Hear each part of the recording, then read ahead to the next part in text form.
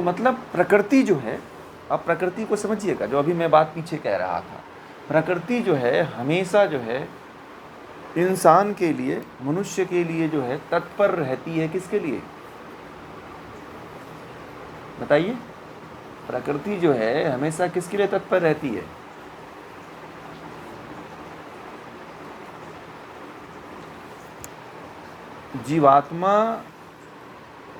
जीवात्मा के फल को प्रकट करने के लिए जिस तरह गाय माता अपने बछड़े के लिए प्रेरित होती है, उसी प्रकार प्रकृति भी आत्मा के फल को देने और करवाने के लिए जो है प्रकट रहती है, तत्पर रहती है।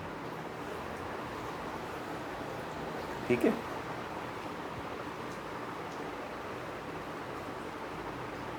अब इंद्रियों के जो कर्म होते हैं, ये ध्यान रखिए, मैंने अभी बात किया उसका, मन और बुद्धि के द्वारा संचालित होता है। इंद्रियों का जो मतलब व्यापार होता है, इंद्रियां जो कर्म करती हैं वह मन और बुद्धि के द्वारा करती हैं। किसके द्वारा? मन और बुद्धि के द्वारा करती हैं। मन और बुद्धि जीवात्मा की प्रेरणा से कार्य में संलग्न होते हैं। मन और बुद्धि भी किसके कारण लगते हैं? जीवात्मा के कारण। इसलिए जीवात्मा स्वतः ही कर्म फलों से प्रेरित ऐसे कार्य करने में लगता है कि शुभ कर्मों का फल प्रकट होने लगता है। अब यहाँ पे जीवात्मा खुद जो है कर्म फलों से प्रेरित ऐसे कार्य करने लगता है। अब जीवात्मा भी जो आपके फल है ना, अब देखिए, पहले इंद्रियां आई, इंद्रियों के बाद जीवात्मा आ गई, इसमें मन और बुद्धि लगा, तो जब मन और बुद्धि लगा तो जीवात्मा आ गई कार्य को करने के लिए। तो जीवात्मा जो है कर्म फलों से प्रेरित ऐसे कार्य करने लगती है कि शुभ कर्मों का फल प्रकट होने लगता है। कि आपने जो अच्छा कर्म किए रहते हैं तो वह कर्मों के फल प्रकट होने लगते हैं। ठीक वैसे ही जैसे बछड़े के सम्मुख देख गाय के स्तनों से दूध स्रावित होने लगता है।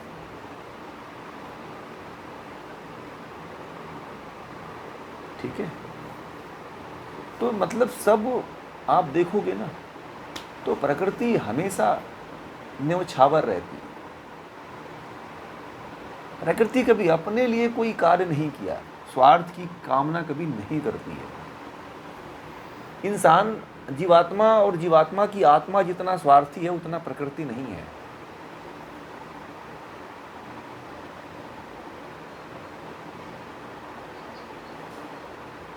हाँ, दोनों होंगे।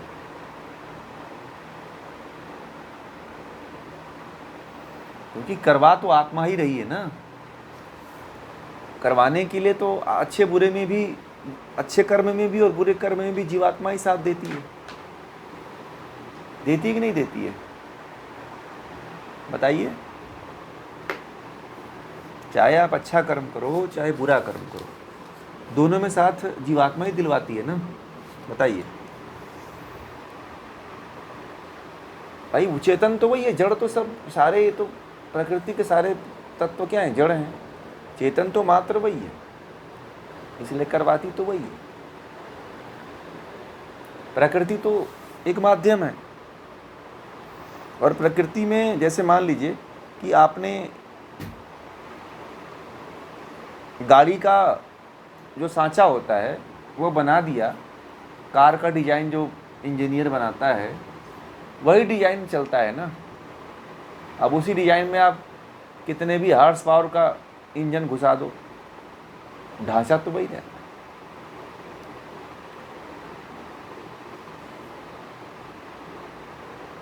और ढांचे के अनुसारी गाड़ी चलती है।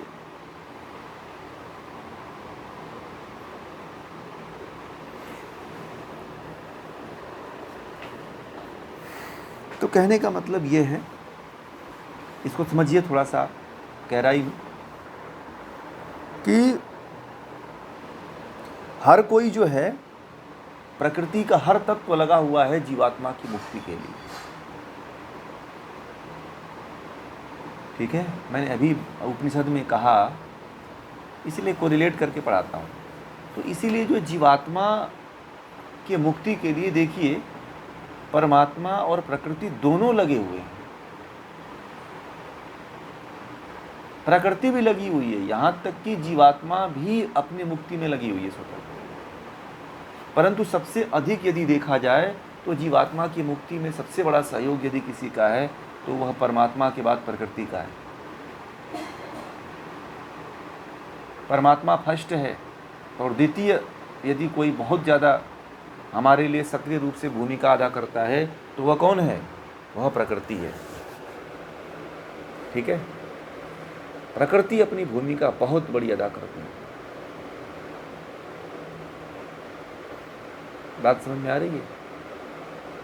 अब यहीं पर तो समझना है। अब कह रहे थे कि प्रकृति को कैसे समझें। जब आप मन और इंद्रियों को समझोगे कि मन और इंद्रियां कर रही हैं हमारे लिए, जैसे गाय का दूध स्तनों से निकल जाता है बछड़े के प्रति, तो क्या हमारे अंदर इस तरह का भाव नहीं जगेगा? इंद्रियों को क्या हम नहीं जान पाएंगे कि ये मन कर रहा है, ये बुद्धि कर रही है? तो इंद्रियां स्वतः अलग हो गई कि नहीं हो गई?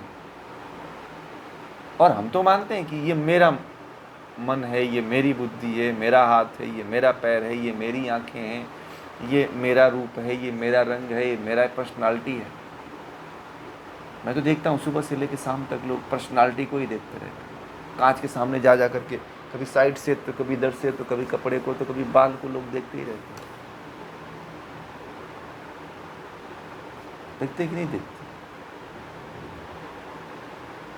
तो लोग तो इसी में खोए हुए हैं भाई। बड़े मजे की बात बता दूं आप लोगों को, इंद्रियों के द्वारा बने हुए ढांचे पे ही लोग जुड़े, पूरा मस्ती में मस्त हैं एकदम। वीडियो ऑन रखा करिए।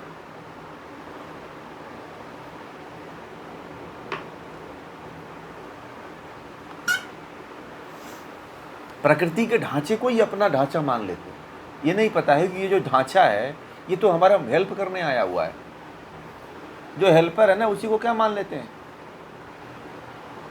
अगर मान लीजिए आपके घर हेल्पर आ गया तो उसको आप मान लोगे कि मैं हूं। ये कहाँ की बुद्धिमानी है? हेल्पर कौन है?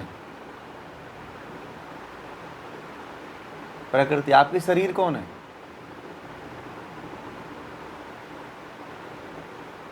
और प्रकृति क्या है? प्रकृति क्या है?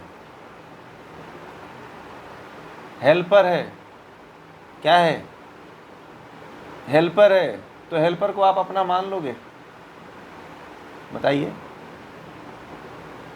हाँ, मोक्ष के लिए हेल्पर है तो मान लेते हो ना कि आप मेरी है। ये आप घर पे बुला के किसी हेल्पर को अपना मान लो कि ये मेरी है, मानोगे आप? ना भैया तू काम करके निकल जा, आज रुकना मत यहाँ है। उसको तो भेज देते हो आप लोग। परंतु क्या है कि आप इससे इतनी घनिष्ठता आपकी हो गई है, छोड़ नहीं रहे हो इस हेल्पर को। आपसे जुड़ा हुआ इसलिए ना।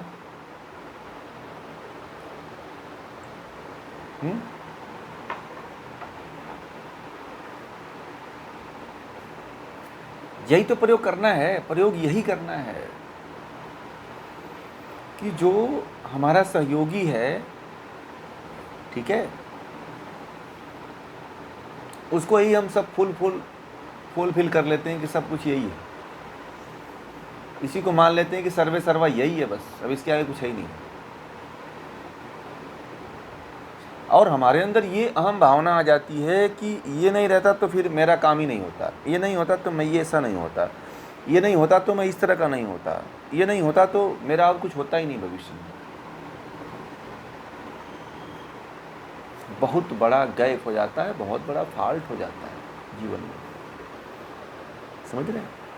इतना बड़ा फॉल्ट होता है कि लोग इसको समझ नहीं पाते हैं और बहुत ही गहरे में चले जाते हैं, इतना गहरे में चले जाते हैं जिसकी आप कल्पना नहीं कर सकते आप। और लोग दिन प्रतिदिन जा ही रहे हैं। बड़े मज़े की बात बता दूँ,